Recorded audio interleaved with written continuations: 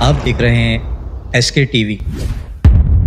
دوستو، حضرت امام مہدی علیہ السلام کے ہاتھ پر بیعت کرنے والے 313 خوش نصیب لوگ کون ہوں گے، اور ظہور مہدی علیہ السلام کے متعلق مولا کائنات حضرت امام علی شیر خدا علیہ السلام نے کیا ارشاد فرمایا ہے؟ کیا ظہور مہدی علیہ السلام کا وقت نزدیک آ چکا ہے؟ اور عرب کے حکمران حضرت امام مہدی علیہ السلام سے اتنے خوف زدہ کیوں ہیں؟ ان تمام سوالوں کے جواب آج کی اس ویڈیو میں جاننے کی کوشش کریں گے۔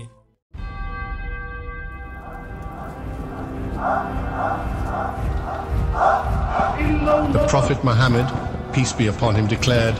"Even if one day remains for the hour to come, Allah will send a man from my family who will fill the earth with justice as it was filled with injustice." Sunan Abi Dawud 4282۔ دوستو، مستدرک حاکم کی 8659 کی ایک روایت ہے کہ حضرت ابو طفیل رضی اللہ تعالیٰ عنہ سے روایت ہے کہ محمد بن حنفیہ نے فرمایا کہ وہ حضرت امام علی شیر خدا علیہ السلام کی مجلس میں بیٹھے تھے کہ ایک شخص نے ان سے امام مہدی علیہ السلام کے بارے میں پوچھا، تو حضرت علی شیر خدا علیہ السلام نے بربنائے لطف فرمایا، دور ہو، پھر ہاتھ سے اشارہ کرتے ہوئے فرمایا کہ مہدی کا ظہور آخری زمانے میں ہوگا اور بے دین لوگوں کا اس قدر غلبہ ہوگا کہ اللہ کے نام لینے والوں کو قتل کر دیا جائے گا۔ دوستو، روایت کے اس مقام پر میں آپ کی توجہ اس بات کی طرف دلانا چاہتا ہوں کہ آپ دیکھیے کہ آج پوری دنیا میں اللہ کا نام لینا اور حق بات کرنے پر پابندی کا سامنا ہے۔ بالخصوص سعودی عرب میں ان باتوں پر آج بہت سختی سے عمل ہو رہا ہے، اور آج کے سعودی حکمرانوں کے خلاف کوئی بھی بات کرنے کی کوشش کرتا ہے، حالانکہ وہ حق اور سچ بات ہوتی ہے، مگر اگر وہ سعودی عرب کے بادشاہ اور حکمرانوں کے خلاف جا رہی ہوتی ہے تو پھر اس شخص کی آواز کو دبا دیا جاتا ہے اور اس شخص کو ایسے عبرت کا نشانہ بنایا جاتا ہے تاکہ پھر کوئی بھی دوبارہ ایسی بات کرنے کی کوشش نہ کرے۔ اور دوستو، سعودی عرب میں آج آل سعود کی حکومت ہے، اور محمد بن سلمان نے یہود و نصارہ کو خوش کرنے اور سعودی عرب کی مقدس سرزمین کو ایک لبرل آزاد خیال ویسٹرن ملک بنانے پر لگ چکا ہے، اور اس نے ایک منصوبہ بنایا ہے جسے اس نے ویژن 2030 کا نام دیا ہے، اور اس شیطانی اور دجالی منصوبے کی تکمیل کے لیے وہاں کے مقدس اسلامی تاریخی مقامات کو بھی ختم کیا جا رہا ہے، اور اس کے ساتھ ساتھ ملک میں بے حیائی کو پروان چڑھانے کے لیے dance club, cinema hall, musical concert, شراب خانے، حتیٰ کہ وہاں کے ساحل سمندر پر ویسٹ کے لیے بے حیائی کو عام کیا جا رہا ہے تاکہ لوگ اسلام اور دین سے دوری اختیار کریں اور لوگ خود سے امام مہدی علیہ السلام کے راستے کو روک دیں، کیونکہ امام مہدی علیہ السلام تو دین حق کی سربلندی اور اسلام کے غلبے کے لیے ظہور فرمائیں گے۔ مگر آپ دیکھیے کہ سعودیہ عرب کے ان اقدامات پر امام کعبہ خاموش نہ رہ سکے،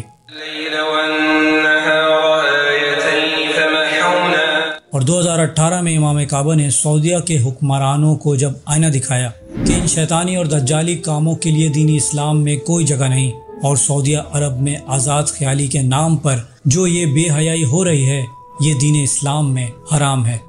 So it's Friday night in Saudi Arabia and I'm about to head into what's basically a gigantic rave in the desert.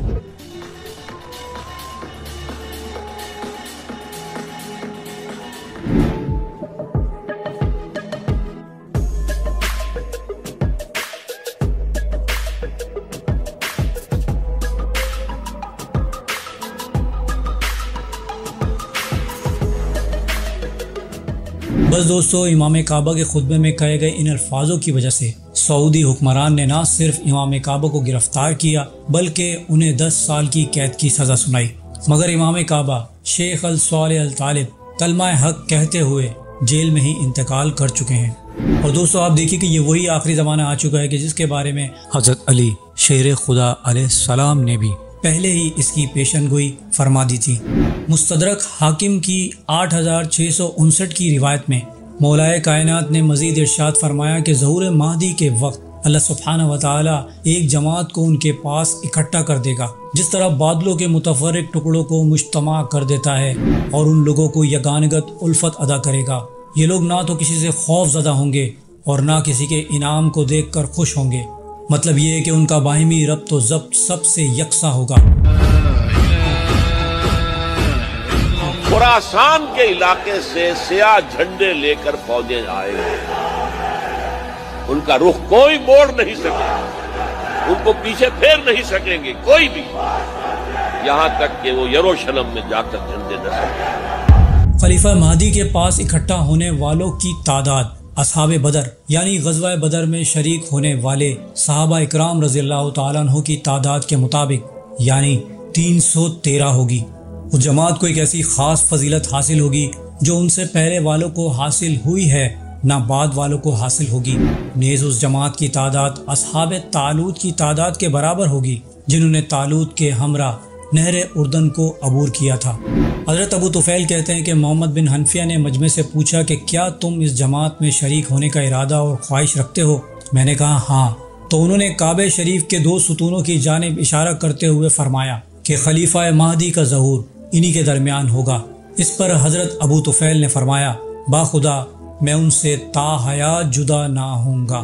راوی حدیث کہتے ہیں چنانچہ حضرت ابو طفیل کی وفات مکہ معظمہ میں ہوئی، یعنی حضرت ابو طفیل کی حضرت امام مہدی علیہ السلام سے محبت و الفت اس قدر تھی کہ اسی وجہ سے انہوں نے مکہ نہیں چھوڑا کہ اگر امام مہدی علیہ السلام کا ظہور ہو جائے تو میں ان کے ہاتھ پر بیعت کر کے ان 313 مجاہدین اسلام میں شامل ہو جاؤں جو فضیلت ان کے لشکر میں شامل ہونے والوں کو نصیب ہونی ہے۔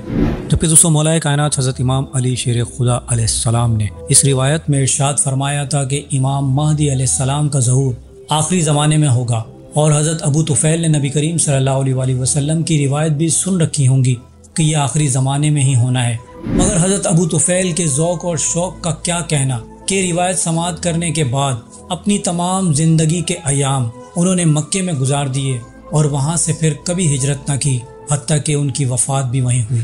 اور دوستو آج بھی اللہ کے نیک بندوں کی یہ خواہش ہے کہ ان کا شمار امام مہدی علیہ السلام کے 313 کے لشکر میں شامل ہو جائے جو سب سے پہلے امام آخر الزماں کے ہاتھ پر بیعت کریں گے۔ مگر ان کے لشکر میں شامل ہونے کے لیے ایمان کی مضبوطی حضرت ابو طفیل جیسی چاہیے اور توحید پر پختگی حضرت بلال حبشی جیسی ہونی چاہیے، کیونکہ اسی روایت میں حضرت علی شیر خدا رضی اللہ تعالیٰ عنہ نے ارشاد فرمایا کہ جو لوگ امام مہدی کا ساتھ دینے والے ہوں گے یعنی ابتدائی 313 لوگ، ان کی یہ خوبی یہ بھی ہوگی کہ وہ کسی کے خوف دلانے سے خوف زدہ نہیں ہوں گے اور کسی کے انعام دینے سے خوش نہیں ہوں گے۔ جبکہ آج ہم دیکھتے ہیں کہ حق اور سچ بات کہنے اور اسے دبانے کے لیے 2 قسم کے حربوں کا استعمال کیا جاتا ہے، ایک جبر اور خوف کے ذریعے آواز کو دبایا جاتا ہے، دوسرا انعام یعنی رشوت اور پیسہ اور عہدے کی لالچ دے کر حق بات کہنے سے روکا جاتا ہے۔ جیسے کہ امام کعبہ کو بھی حق بات کہنے سے روکا گیا،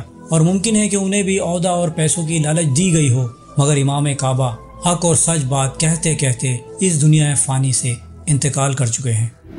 اللہ سبحانہ و تعالیٰ سے دعا ہے کہ ہمیں امام مہدی علیہ السلام کے لشکر میں شامل ہونے کی سعادت نصیب فرمائے اور ہمیں حق اور سچ بات کہنے کی توفیق عطا فرمائے، آمین۔